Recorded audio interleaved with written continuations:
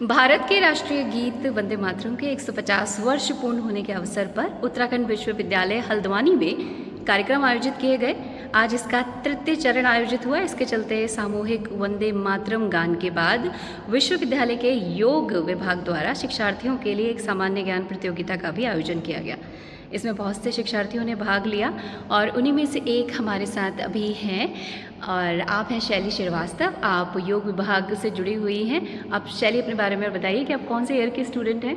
नमस्कार, मैं तृतीय सेमेस्टर की स्टूडेंट हूँ और यहाँ पर वर्कशॉप चल रही है, उसी के लिए आई हूँ। हमारा एग्ज़ाम होने वाला है और सबसे अच्छी बात ये है कि आज हमें सौभाग्य से इस प्रतियोगिता में पार्टिसिपेशन का मौका मिला, जो बहुत ज़रूरी है। हर व्यक्ति को अपने देश का ज्ञान होना चाहिए, खासकर वंदे मातरम का, जिसकी 150वीं वर्षगांठ बनाई जा रही है। और इसमें हमने अपना सामान्य ज्ञान का परिचय दिया।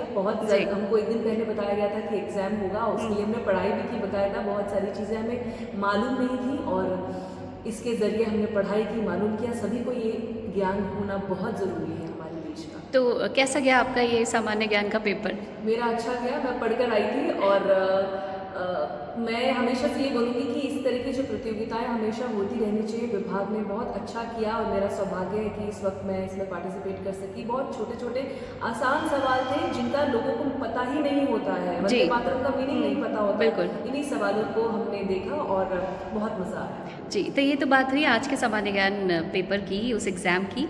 इस विश्वविद्यालय के साथ आपका कैसा अनुभव अभी तक का रहा है? आप 3rd सेमेस्टर में हैं मास्टर्स के, तो कैसा रहा आपका योग विभाग से जुड़ने का और उत्तराखंड मुक्त विश्वविद्यालय हल्द्वानी से जुड़ने का ये आपका मौका?